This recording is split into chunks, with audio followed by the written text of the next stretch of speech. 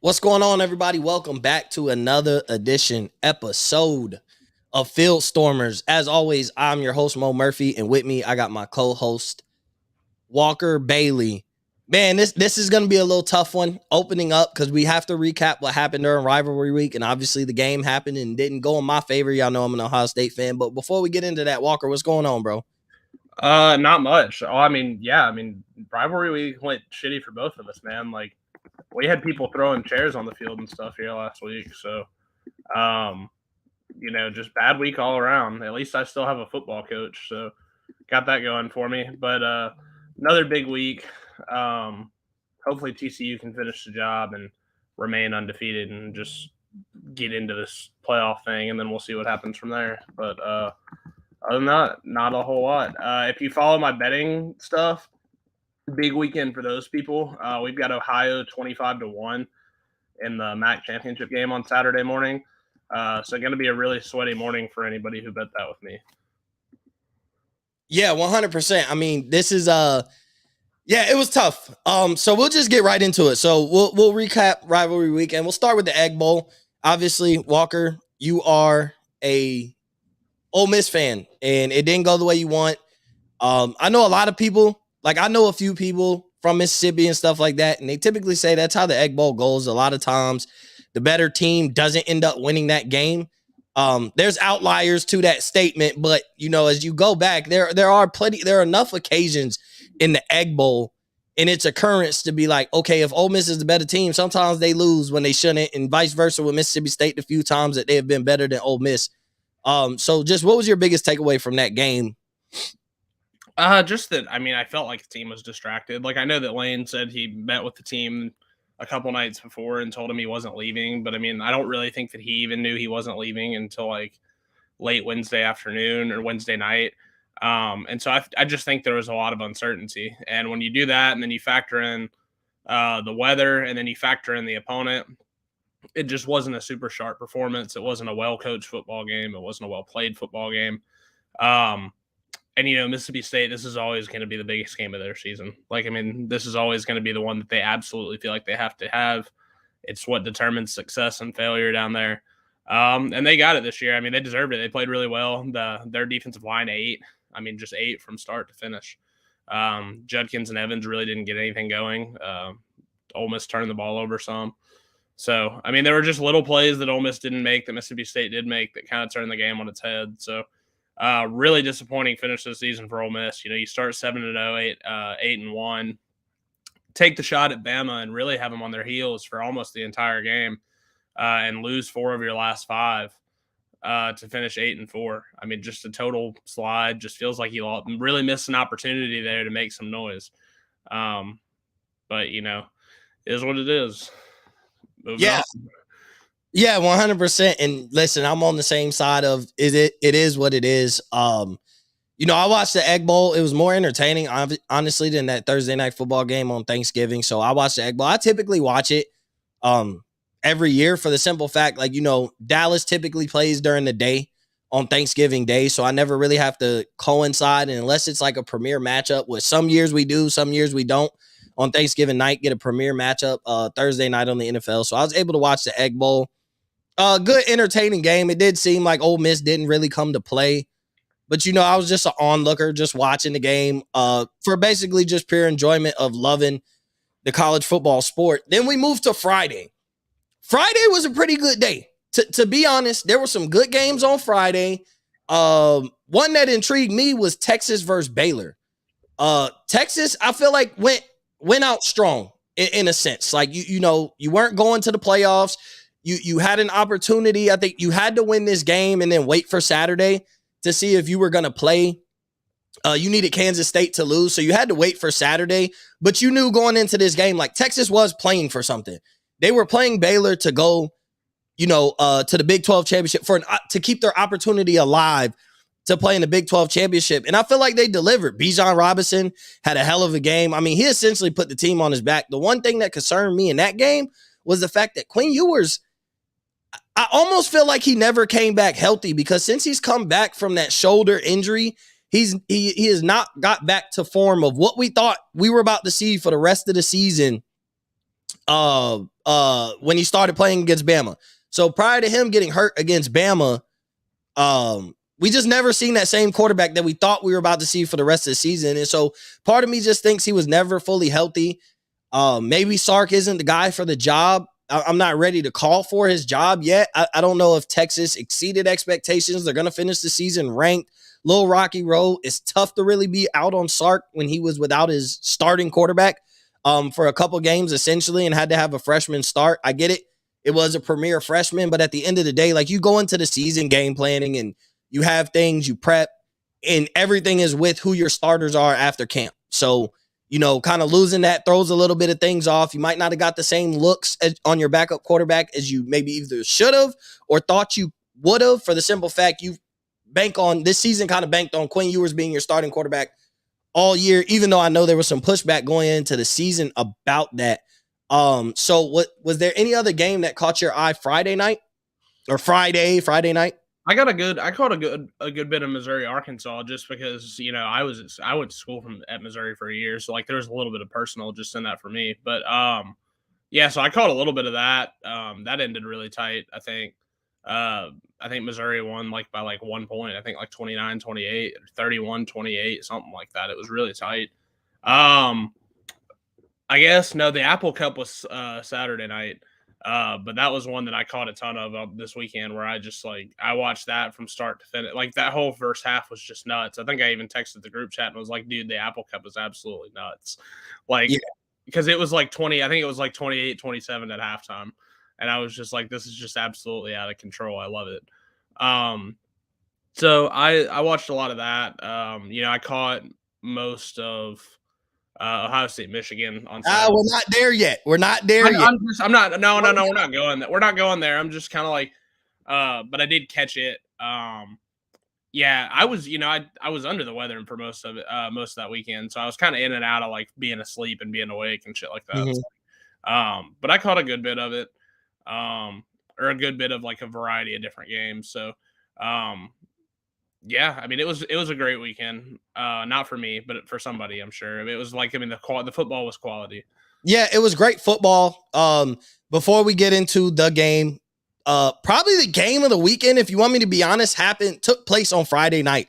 Florida State. Oh, I did catch a good bit of that game too. I forgot. I did catch a good bit of that game. They put on a show. Whatever the expectation was going into the game, I thought it was funny because this was one of the premier rivalries in college sports, right? Florida State is, I'm not saying it's as intensified, but it's in the same vicinity as Michigan, Ohio State, as Alabama, Auburn. I think those two are a level above, but there's still so much history and so many. Everybody's talked about there was a streak where the winner of that game was playing for the national championship. So to say the history of that rivalry, and that was even of recent, of our lifetime of I think 15 years ago or whatever it was, the team, but there was a streak in the early to mid 2000s where the team went on to play for the national championship. So, it kind of tells a lot about the rivalry. And then I just thought it was funny that damn, they've been irrelevant. Both teams have been irrelevant long enough that we moved this rivalry to a Friday night. Essentially Florida State was the first time they've ever played, whether they were trying something new to see what the viewership would be on this rivalry and kind of renew it without both teams being, they were good. Florida was decent. Florida State was pretty good this year. So maybe they were trying something different, and this could be, from here on out, that'll be the premier game on Friday night that we get to see, kind of like the Egg Bowl's the standalone game essentially on Thanksgiving night. Maybe Florida State is the game to hype up every year on Black Friday. But if this is the beginning to a new era of this rivalry and it will be a Black Friday thing, then I'll say the first game of the Black Friday matchup between Florida and Florida State didn't disappoint. It gave us everything we wanted. Florida State was up 38-24. Florida comes back. Travis Hunter put on a show. Anthony Richardson made some plays. Florida State's running back put on a show.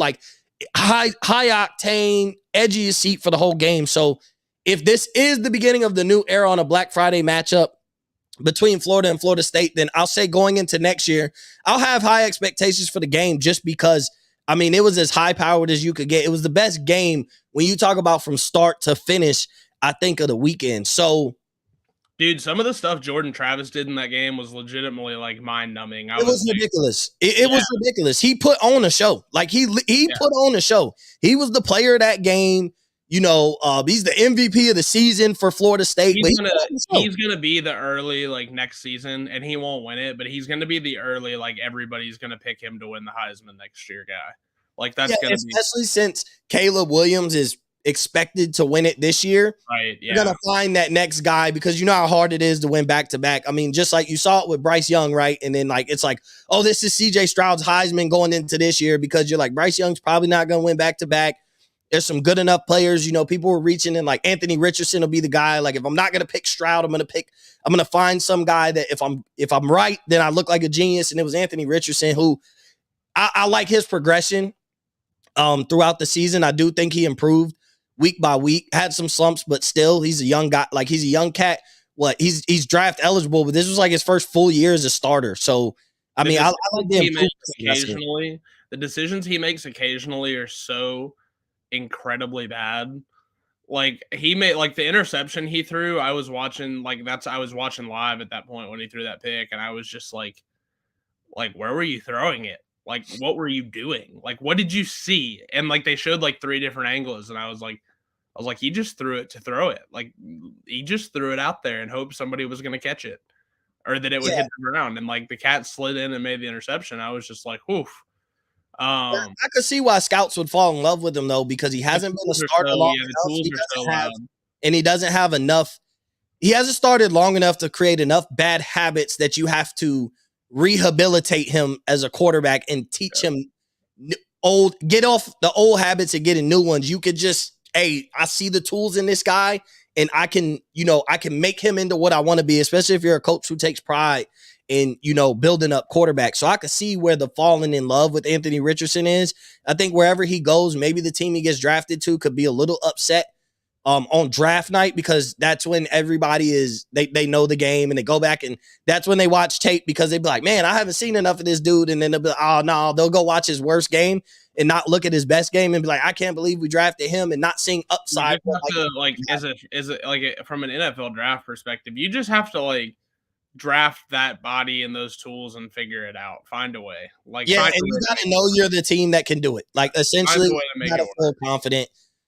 Everybody has their flaws. So we move on to Saturday. I wake up in the morning. I go work out. It's a great morning, right? Didn't start drinking yet, listening to music while I'm taking a shower after a workout. Like I'm envisioning the morning. I'm hyped. I'm getting my kids hyped, putting on my Buckeyes jersey, and things started off good. Things started off good. Kickoff happens. Ohio State gets the ball first. They score. They hold Michigan to a field goal of 7-3. Things are looking good. We march it back down, end up with a field goal. Okay, cool. We're still good because, hey, they score a touchdown. All they could do was tie. It's 10-10. Things started looking a little shaky, but going into halftime, you're looking at, the way Ohio State's playing, you're like, we could play better. Go back to how we started the game. We're still up. You could get on Ohio State all you want, but we're still up. We've given big plays. We'll make adjustments. Well, here's the thing. Going into that game, they announced to the world what their game plan was. And it was stop the run. They put 8 in the box, blitz, blitz, blitz. We're going to make JJ McCarthy beat us. And essentially, in the first half, he was beating you more than you would have liked, being the defensive coordinator. Here's where Ohio State messed up. Coming out in the second half, first off, not striking right away. You let them score. It's 24-20. Everything's cool. It's 24-20. The home crowd's still in it. You didn't strike back. Whether it was you could have kicked a field goal, a touchdown, whatever, but show some life in the offense. And then your adjustment defensively was you panicked. Instead of playing 4 quarters, you panicked after 2 and you said, oh, damn, JJ McCarthy gonna beat us. So now we gotta stop. We gotta play the pass. That's what Michigan wanted you to do. Jim Harbaugh is a really good coach. You don't think he knew that Ohio State was going to dare JJ McCarthy to beat him? And so he knew, if we can light him up enough, maybe they panic. Jim Knowles is a great defensive coordinator. Some people, Ohio State fans panicked after the game. I get it. But it doesn't take away from how he turned around a bad defense with the same personnel. So You made JJ, you're like, okay, now we got to take away JJ McCarthy, when I think he's the type of guy where if you would have let him keep throwing the ball for 4 quarters, he was bound to make a mistake. There was no evidence all season long that JJ McCarthy was going to beat you. The later it gets, the more intense the throws get, and the more likely he is to make a mistake. And so what Ohio State comes out and does is say, we're going to take away the pass. And that's exactly what Michigan wanted you to do. And Donovan Edwards lights them up for 7 minutes. 5 plays is the difference between Ohio State winning and losing. Like people could say Michigan dominated Ohio State, but I think and I know in hindsight you can't do this, but take away those 5 plays. Ohio State essentially beat Michigan. But when you're giving up big plays like that, 70-yard touchdown, 55-yard throw, 60-yard reception for a touchdown, a 50-plus yard touchdown for run by Donovan Edwards, then that's the difference. Is their adjustment was, okay, we're not going to let JJ McCarthy beat us, and it opened up the offense, and Donovan Edwards was able to take, while we had him in check the first half, he went crazy in the second half, basically for 4 drives in the fourth quarter. Their offense was absolutely nuts, and our offense had no answers, which is where everybody gets on Ryan Day, and I understand that. They're out on Stroud. I get it. From your end, what was like, am I crazy for saying that 5 plays, which isn't a lot of plays in football, but 5 plays, it was the difference between Ohio State winning and losing, but those 5 plays all ended up in 50-plus yard touchdowns, which is a problem, should be a cause for concern, but it's also you could make simple adjustments. If for some odd reason Ohio State was able to match up against Michigan again, you watch those plays and it'd be simple adjustments, because one of them goes for a touchdown off a missed tackle and a bad angle. You can fix that the next play. If you tackle him down, now you make them go for a drive. So I don't think it was as far off as the score says, because if you watch it, it was a difference of 5 plays. What was your takeaway from that game? It was just Ohio State was shocking in terms of just how bad they were in coverage.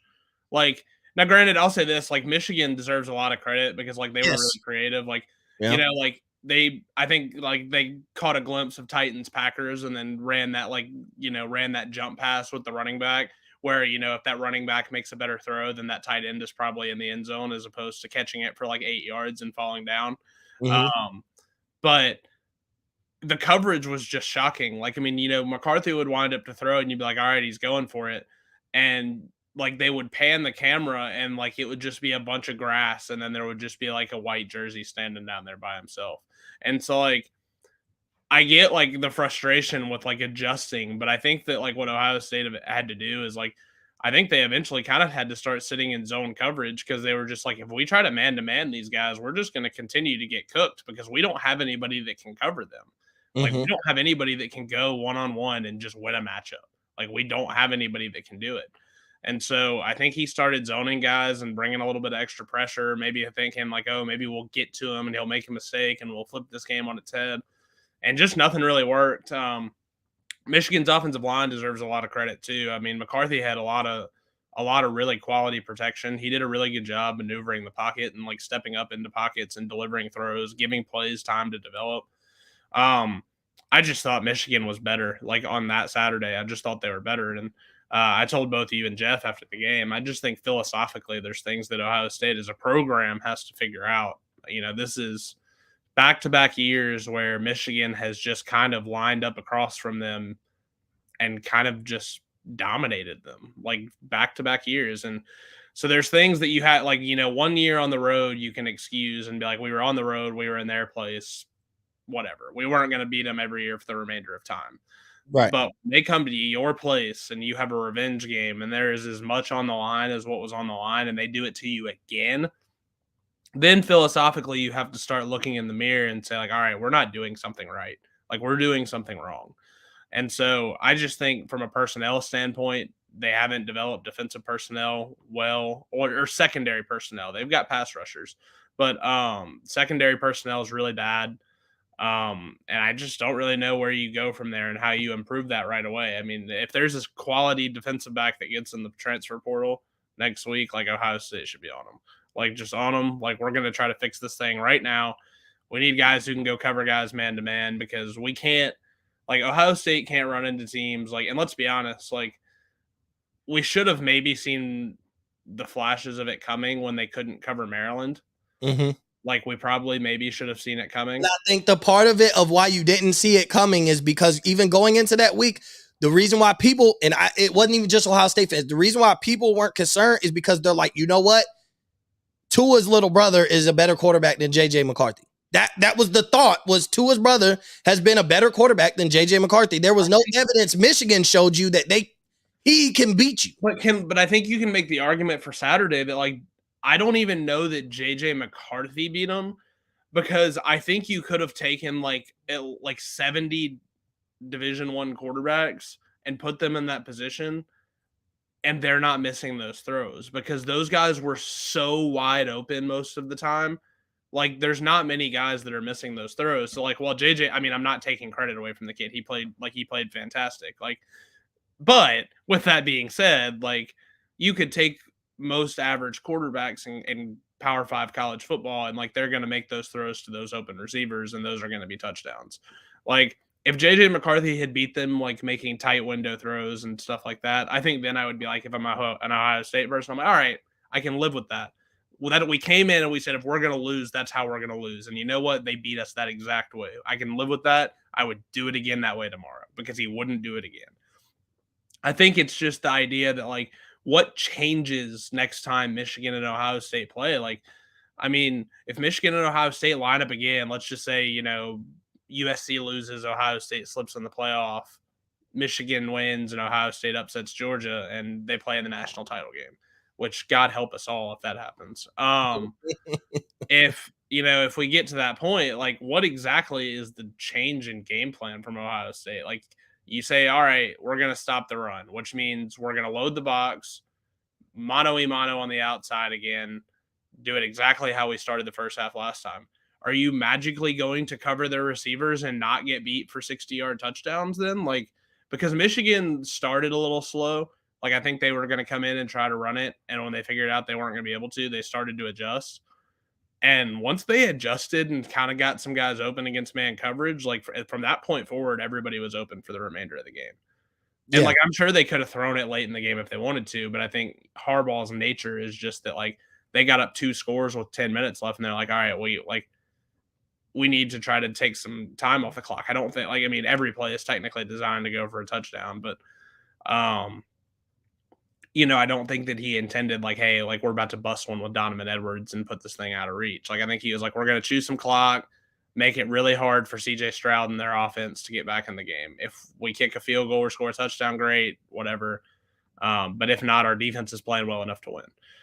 So for me, that's the thing with Ohio State is, like, when you match up with Michigan right now, like, I don't know what the adjustment is right now for Ohio State. And then you have to ask yourself the question, well, if Michigan can do it, like, why wouldn't Georgia be able to like line up and do it? Like, Stetson Bennett's just as good. Stetson Bennett's got a national championship ring. He's made big time throws in those moments. Like, we've seen it already. And like, Georgia has just as good of receivers, like, if not better. Like, they've got all the same things. So that's the thing. If I'm an Ohio State fan, it's like, philosophically, like, we've now seen two consecutive years big boys line up across from Ohio State and just manhandle them. And that's the question for Ryan Day's program moving forward, is like, how does that change? How do we get back to the early days and the late Urban Meyer days where, like, that was not a thing? And I don't have an answer. I think that's the problem. And you said that, and we'll move on right after this, but you said the problem. The early days were the late Urban Meyer days. When Ryan Day took over, it was with Urban Meyer guys in 2019. And correct me if I'm wrong, but from a stretch, I mean, first off, we could go all the way back, but for a stretch from like 2010 to 2019, there were 3 schools that really had a real case for DBU: Alabama, LSU, Ohio State. Ohio State at one point had 4 future first-round picks in their secondary on the field at the same time. Like, that happened. And yes, they played a godly Trevor Lawrence at that time, but I'm saying, like, they had 4 future first round picks. on their secondary at that time. And as after the last guy left, they were never replaced. And the thing is, Ohio State is always our best defensive player was a linebacker. Ohio State has lacked true linebacker talent since A.J. Hawk and James Laurinaitis. And that was our best defensive player this year. We're used to having edge rushers in secondary. We'll figure out the crap in the middle because you won't go deep on us consistently. Everybody get burnt, everybody get got. But you're not going to kill us, and we're not going to give your quarterback a lot of time. And each guy, even on the edge rushers, each guy that was supposed to be next up since the Bolsas and Chase Young never really lived up to full expectations. Zach Harrison kind of popped for a little bit throughout the season finally. But guys that were supposed to replace these 5-star guys that you were telling me, like, man, this is the guy to replace Chase Young. You know, Denzel Burke had a hell of a freshman year last year. He looked like, okay, he's going to save the narrative. Our whole secondary looked like they were going to save the narrative. Martinez, Brown, Burke, looked like they were going to save the secondary, and this is what we got to go with for the next couple of years, and that just hasn't happened. And so I think, like you said, philosophically, bro, you got to hit the defensive side of the ball hard. Brian Hartline is remaining in Columbus, Ohio. You're not lacking weapons next year. You know that. I know that. What you have in your weaponry right now at wide receiver and what you're getting, those 4 guys that you're getting next year, wide receivers will not be the issue. I think don't spend too much time addressing the quarterback. If you don't make the playoffs, see how good Kyle McCord and Devin Brown are in this bowl game. That's what this is for, to see what you got at quarterback and see what you got for the future. But you kind of know on the defensive side of the ball, you know what you got in receivers and you know what you got coming in. You need to know if your quarterback's the answer or whether you're going to have to hit this transfer portal or sway a guy before national or after national signing day who still hasn't signed to see if you can sway him that way. But I think that's what the bowl game is for. That's what it was for last year, right? Was like, see what we got. See what Marvin Harrison Jr. looks like. Abuka, Smith and Jigba. You know, see if CJ Stroud's ready to make the jump. And all of those guys looked really promising. And then, didn't really have Smith and Jigba all year. But the Rose Bowl was exciting for anybody, even if you're not an Ohio State fan. It was exciting because you're like, damn, they got some talent over there. Defense didn't really play well, but you seen the talent. You're like, man, that's a hell of a team, at least offensively next year. This is probably the best offensive football. And it was like that for most of the season. And I still believe on their best day, this would be the best offense in the country. The only problem is consistently you haven't gotten it. But we're going to move on from that. Michigan beat us. They kicked our ass again. They can have it. Coaching hires. We're going to go through a couple coaching hires before we touch up on championship weekend that's coming up. And we're not going to spend a lot of time on championship weekend, more so than scenarios, for the simple fact most of these games don't matter, to be honest. So coaching hires. Well, we'll talk about the hire, I guess. And that is Hugh Freeze to Auburn. And I say it's the hire because it's the hire that made the most noise. Matt Rule slides. We'll talk about Matt Rule in a second. We'll talk about Luke Fickell. But they slide into Nebraska and Wisconsin respectfully, and you haven't heard much since. The only thing that's coming out of there is like, oh, they got an offensive coordinator or whatever. That's it. You have heard nothing. You saw they landed in their destination, and they are able to quietly operate. It is not like that for Hugh Freeze in Auburn. It is far from quiet. You would almost think Auburn was going to play this weekend with so much noise this week you've heard out of Auburn, all over the SEC, all over the country. Really, this is the biggest story in college football right now, especially because championship weekend is not as big because certain teams can lose and nobody gives a damn. They're still in the position to go to the playoffs, so it won't matter. But Hugh Freeze to Auburn. You're there. Like, you're not at Auburn, but you're in the environment. You're connected to the SEC. What the hell, man? Why is this such a big deal that a program like Auburn gets a coach? What the hell, man? Why are we hearing so much? Like, this dude don't gotta, he got a PR. He got to stay off of social media. He's got to apologize for prior things. He's got to shut down rumors from prior accusations. Like, his return to the SEC has been very tough, and he hasn't even coached a spring game or grabbed a recruit in Auburn yet. Yeah, so I mean, where do you start? I mean, he cratered one SEC program already, yours truly. Cratered one program and got them hammered by the NCAA. He has a pretty checkered past with his dealing with his dealing of students back at Briarcrest, which, like, for people that didn't know, like, the coach that is portrayed in The Blind Side is Hugh Freeze. Like, that's who that is. I just recently learned that. Yeah, and so that's who that is. I think he had a little bit of a checkered past at Briarcrest, but most of the stuff was he was at Liberty, where his athletic director was Ian McCaw. Ian McCaw was the athletic director at Baylor when all of the Art Briles and Baylor football program scandal went on. And I believe that a student at Liberty named Chelsea Andrews, uh, she sued Liberty University. I believe it had something to do with sexual assault. And she was tweeting about it. And Hugh Freeze unsolicitedly slid into her DMs and started DMing this girl, which, like, I mean, like, dude, what are you doing? And I think and it was something to the effect of Ian McCaw is the most Jesus-like leader that he's ever worked with, and this is without question. Like, I mean, he's like, this, no, this is not true. Like, this is bad. Like, this dude did bad things.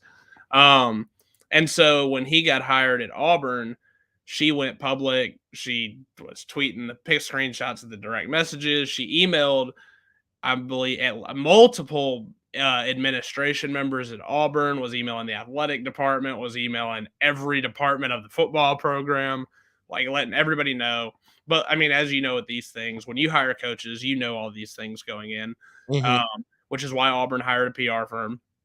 That's why Auburn made sure that they had every single detail about everything that went on with all of that before they hired him. So and they decided that they were comfortable with it. And so they hired the PR firm to kind of help them with the transition so that he could just kind of get to work. And it's starting to quiet down already, as the news cycle in this country does. And he's starting to hire staff there, and they'll get on the road. From a strictly football standpoint, he's a perfect fit there. He's going to embrace Auburn's cult-like culture. He's going to go around and say War Eagle and throw the toilet paper over the trees. And he'll kiss every baby. He'll shake every hand. He'll play golf with the boosters. He'll eat lunch with the boosters. He'll do all that stuff that Auburn people really, really want you to do when you were the football coach at Auburn. So, and he's won in the SEC before. He's beaten Nick Saban twice. And I have a hard time believing that, because Auburn in a way is a lot like Mississippi State from a geographical sense, and that they're like the second best program in their state. And so I think that, they want to beat Alabama, and Hugh Freeze having, a reputation of causing Nick Saban problems and giving him fits was something that Auburn was attracted to. He beat him back-to-back years. In the third year, he had a 24-point lead that he blew at Ole Miss from being 3 straight. So I think that that's what attracted them to Hugh Freeze. It makes a lot of sense. He's a really good recruiter. He's a really good in-game football coach. I kind of compare him to a boxer. Like, he gets into big games and he kind of feels his way in, and you kind of wonder what he's doing. And then all of a sudden, in the second half, he's figured stuff out. And all of a sudden, he's just throwing haymakers late in the fight and finds a way to land the KO and win the game. So it's a great fit for Auburn. I think he'll do fine there. I don't think he's going to win national championships there. I think he's going to be a solid 8-win, 9-win with the occasional 10-win type season, because what Hugh will give you the wins over Alabama, but the problem with Hugh is he will give you the win over Alabama and then turn around 3 weeks later and go lose to like Western Kentucky, or something like that. At Ole Miss, we beat Alabama under Hugh, and then turned around and went and lost to Memphis in the same season with the same team. Like, just unreal type stuff that doesn't make any sense. So, I think he'll do fine there. I think he'll give Auburn a lot of the culture things that they want. Hell, his opening press conference, he's already doing the thing. His acronym for the core values of the program spells family, like with the Auburn family and all that stuff. So he's already just schmoozing everybody there. So he'll win every press conference. He always does. So, Hugh, if you're listening, and I know that there's a decent chance you might be because you search your name on Twitter, um, good luck. I'm glad that my months of kind of campaigning for you on this small podcast ended up paying off. He'll do well there. I'm happy for him. He deserves another shot. He's a good football coach. Yeah, 100%. So we'll move into we'll kind of combine the two coaching hires. And this is like talking about them for the bigger picture. Matt Rule goes to Nebraska. Luke Fickell goes to Wisconsin. You add what I would consider two quality college coaches into a conference that's about to expand in 2 years. The 12-team playoff is coming in 2 years or a year. What do we got? One more season. We got the rest of this season and next season. 12-team playoff. We got this season and next season. Conference expansion. So before we talk about those hires, we'll add their names in here. In a year, in a little over a year and a half, you're going to have a conference. As of right now, as it stands, nobody else is taking a job anywhere else. You have Jim Harbaugh. You have Ryan Day. You have PJ Fleck. You have James Franklin. You will be gaining Lincoln Riley. As of right now, you will be gaining Chip Kelly. You have Matt Rule. You have Luke Fickell. Who else am I missing? You have Mel Tucker from Michigan State. You have Pat Fitzgerald at Northwestern. Shit, you got Greg Schiano, technically. He's not horrible. Yeah, he's not horrible. Maryland's coach hasn't done a bad job. I'm not sure his name, but he hasn't done. Locks is an underrated coach. Locks, and then you got Fritz at Iowa. Yeah. And so when you look at all those names, that's a conference loaded of couple maybe great borderline, very, very good head coaches down to like pretty good down to good. And maybe there's like one you'll be like, throw them away. But other than that, like your worst coach is a good coach, a good college coach. And that'd probably be the worst coach in the Big Ten. And so you look and you're like, this is a conference that after a very down year, this was one of the worst years I've seen for the Big Ten in a long time. You could say like they're usually inferior to SEC, but that's it. The Pac-12 ain't outdoing them. The Big 12 ain't outdoing them. Like this, what you've seen from the Big Ten is not normal. And so I think just the conference gets revamped, bringing Matt Rule and Luke Fickell in immediately. We know Matt Rule turns programs around. He's done it multiple times, taking the worst of situations. And I'm not sure that, especially in an NIL life now, I don't think Nebraska is in the worst of situations. And you know that fan base is really one of the most underappreciated fan bases when you talk about a fan base that rides for their team. And I'm sure the boosters, like they've been itching to get a coach who could turn a program around and we could put some money into this program and win. And what that winning may be could be unrealistic. It'd be like if Matt Rule could turn Baylor around and he could turn Nebraska into a Big Ten champion. And I think that's a little unrealistic because I know we're also doing away with divisions when we merge with USC and UCLA. So from what I've heard, we're supposed to be doing away with divisions, which now means it's just the top two teams, period. And I don't know if, Matt Rule turns them into a top two team, maybe once.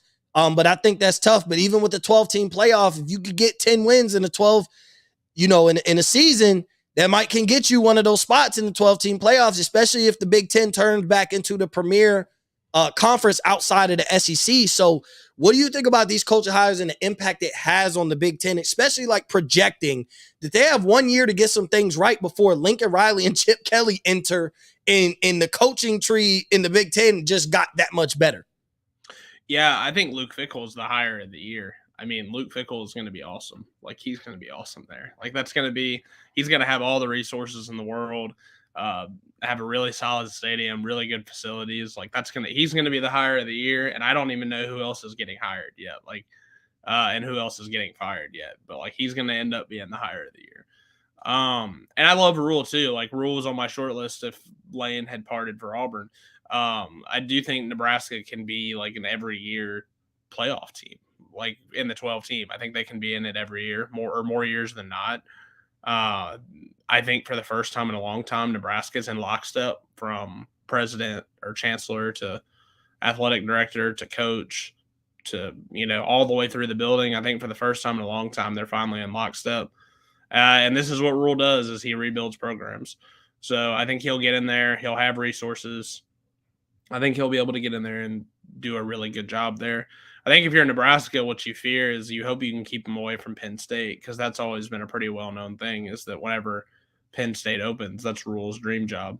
So, um, but both hires were really, really good, and that league's going to be really, really strong. There's a ton of pressure on schools like when Ferentz retires, like or Indiana, like Tom Allen. Like there's pressure on those schools that are going to have to make hires in the next few years.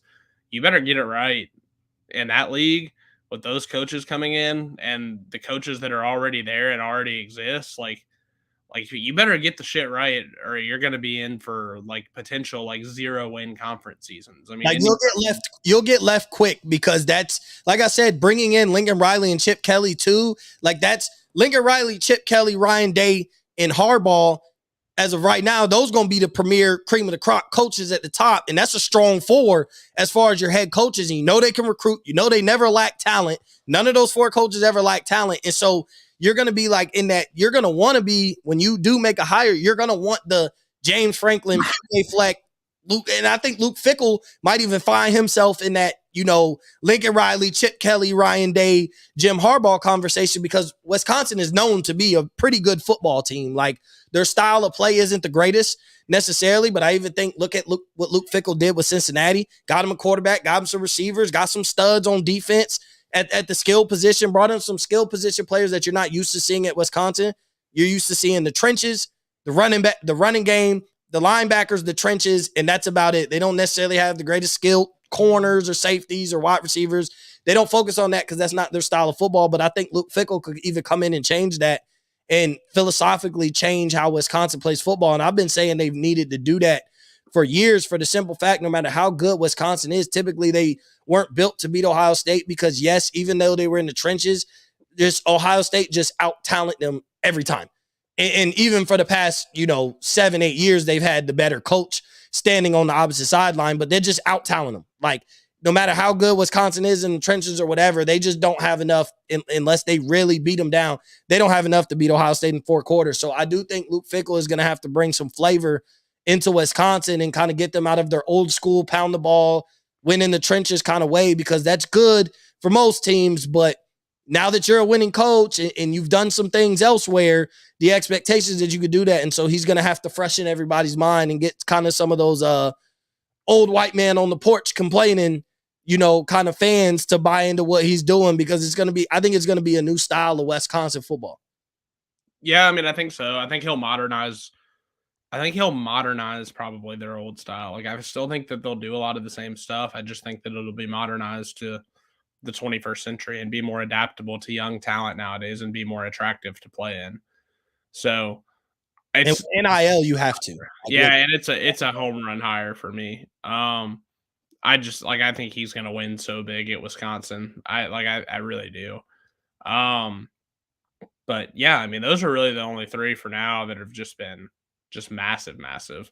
Yeah, I think we're waiting to see if Deion ends up leaving Jackson State, and if he does, everything I've heard down here is that people expect him to end up around at Colorado.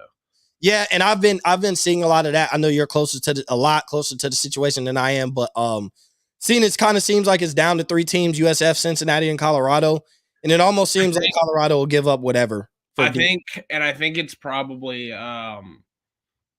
for me, if I were Deion, I would go to South Florida.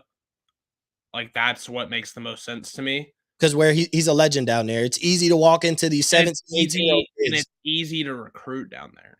Yeah, and it's easy to walk in to the 17, 18-year-old kids whose parents witnessed you be a legend, and it's like, oh man, prime time is in my kitchen wanting my son. Like, it's easy for that. Well, but it's also like it's a phenomenal high school football state, and like you don't really currently have another power in the state that's like.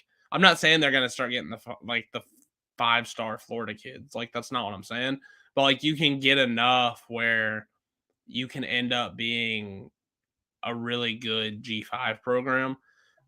They've done it there before. They've won a lot of games there before. I think that's one of those things where he should go there and really build up a G5 program and make it a, kind of a conference contender, or maybe sneak in the back end of a 12-team playoff one year. I just think, when you're in Colorado, like there's nothing to recruit from out there. Like if you're in Colorado, like there's really never any elite high school talent there. So that means you have to kind of go to the West Coast and go to California and go to Washington and go to all these other places to steal talent. And there, like you're competing against all of your Pac-12 brethren who are better programs than you. Like you're competing against USC, you're competing against UCLA, you're competing against Oregon, you're competing against Washington, you're competing against Arizona State when they're good.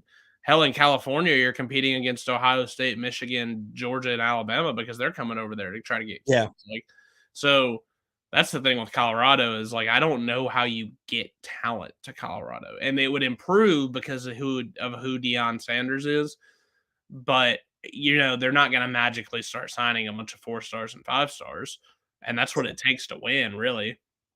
So for me, I would go to South Florida. The Cincinnati thing, you're moving into a Power 5 conference, and they really have no resources for recruiting. So, like, that's one that's going to be tough as well. So, if it's me, I'm going to South Florida. I think it's probably the best program, or the program with the best chance to build and become something. Yeah. And I know that that's not going to be the most attractive right away, but if he's really in this thing for the long haul and making it to the top of the coaching industry, then I think that's his best bet. Yeah, 100%. I think just go back to your roots. Go to Florida. You got the power there. Let's just be honest. Like, he's Deion Sanders. He's prime time. He's a legend in the state of Florida. And it'll be a lot easier, to step in those, parents who are in their late 30s, early 40s, kitchen one, you're 17, 18-year-old kid. Like, man, I grew up on you and you're a legend sitting in my living room. Oh, son, you got to go there. And USF has been good enough at times to know that they can win some games. Like, there has been times where USF has been good enough where you're like, okay, they can win some games. Even if you go back as far as 2007, there was a point where they were the number 2 team in the country. So USF does have enough, and Prime has enough stature in the state of Florida to win some games. So before we go out, we're running short on time. So championship weekend, most important game. Tell me what it is and what could come out of that game, the result of that game. It's TCU Kansas State, I think. There's really 2 that matter, and then I think there's 2 that matter. You get hit on one and I hit on the other. Yeah, because we both know what they are. Both the teams that are favored have to win to get in, I think. I don't agree with it. But we all know that's where it's headed. Okay, so now that you say that, I'm an Ohio State fan, right?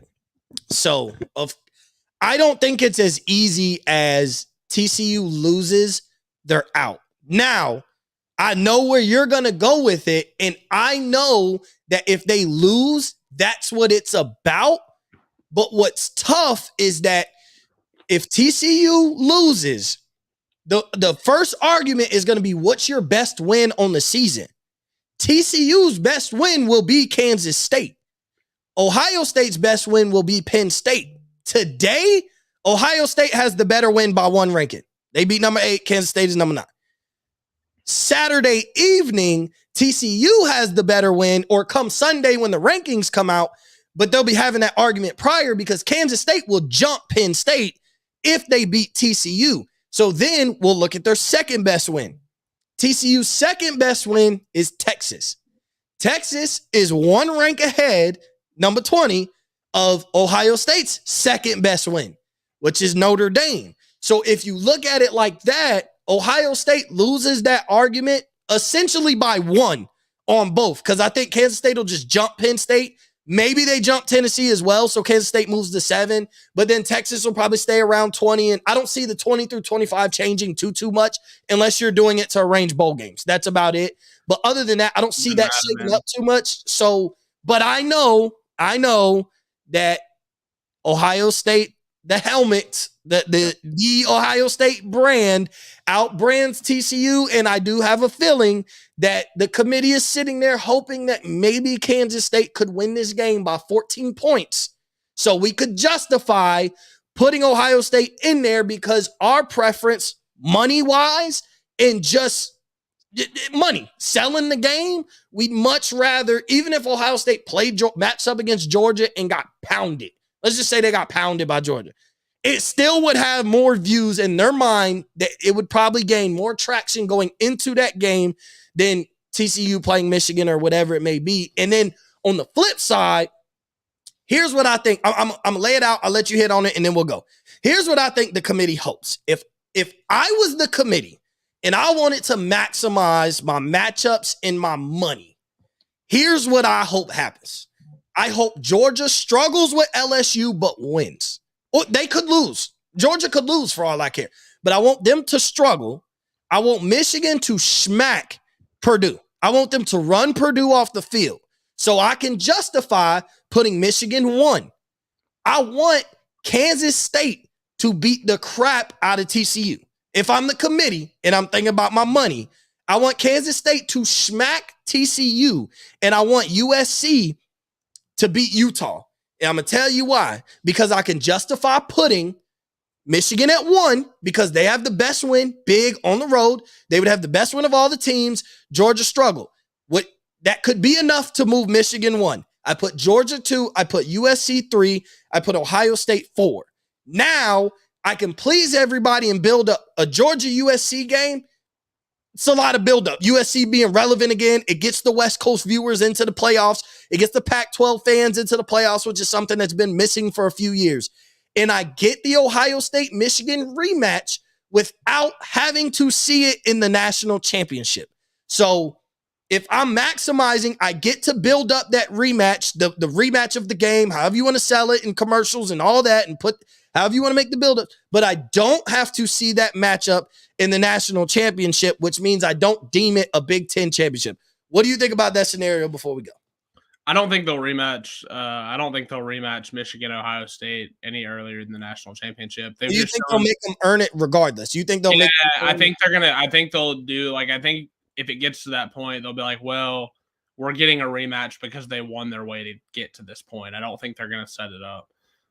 They've shown that in the past, like where they've had some stuff with like Alabama and Georgia, and they could have rematched it right away in the playoff right after the SEC championship game, but they were like, no, like we'll tinker with the rankings because it doesn't really matter, and we'll make Georgia play Oklahoma and Alabama play whoever, Clemson or whatever. I think it's different because an SEC national championship makes TV. Georgia, Alabama playing in the national championship. Dude, Ohio State, Michigan again goes nuts on TV. It already went nuts the first time. Like, yeah, 17 million. It was like it was higher than a lot. Was the highest rated college football game of the year, if I remember rating correctly. So that in the national championship, people are signed up for that again, like no doubt. But for me, like, listen, if TCU gets out of the game healthy, I have a hard time justifying Ohio State being in ahead of them. And I would understand why Ohio State would get in, but if TCU won that argument, I would also understand why. Like, they made it to championship weekend, they lost to a team they already beat, which means they split with Kansas State. So it would take TCU, to me, to fairly say that Ohio State should be in, it would take TCU to get pounded. Well, and like then you're like, what? So we're punishing TCU for having to play an extra game? Because that's really what it boils down to. Like, they went 12-0 in the regular season, and they have to play their conference championship game just because they do, and because all of a sudden they lose to a top 10 team in their conference championship game at a neutral site, and all of a sudden they're no longer playoff worthy. Like, it's an argument. Like, you're right, but we know that's not how it goes. Like, no, and we've already seen it. This happened, I believe, in 2014, where Ohio State got in. Yeah, Ohio State got in over TCU. Yeah, and Ohio State was on their third string quarterback. Like, but Ohio State did win 59-0. I do not care. That TCU team was the best team in the country, and I'll die on it. But they lost to Baylor.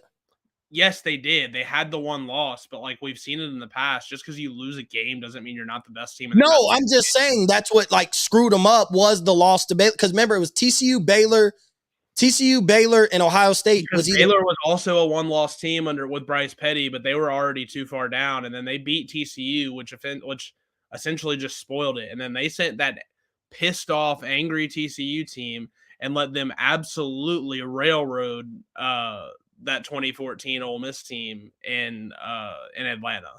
Yeah, and it was horrible. And to this day, I'll go down. Like, I know Ohio State won the national title.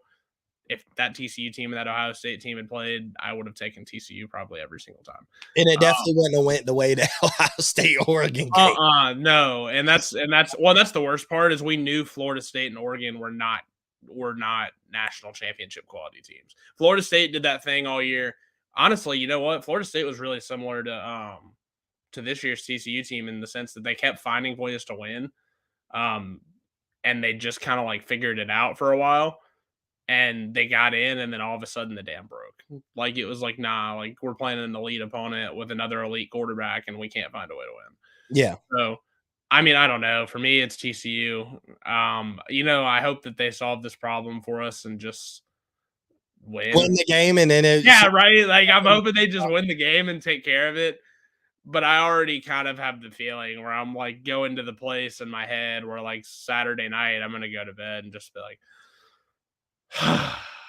damn it.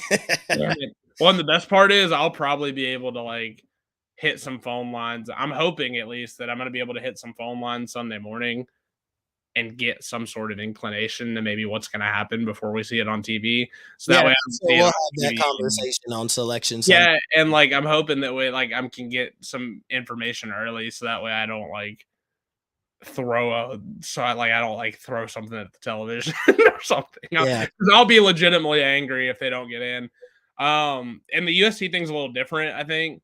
I think it's just because of the quality of wins TCU has versus the quality of wins that UCLA has. Now, granted, if USC wins again this weekend, but that's the thing is they have to win this weekend.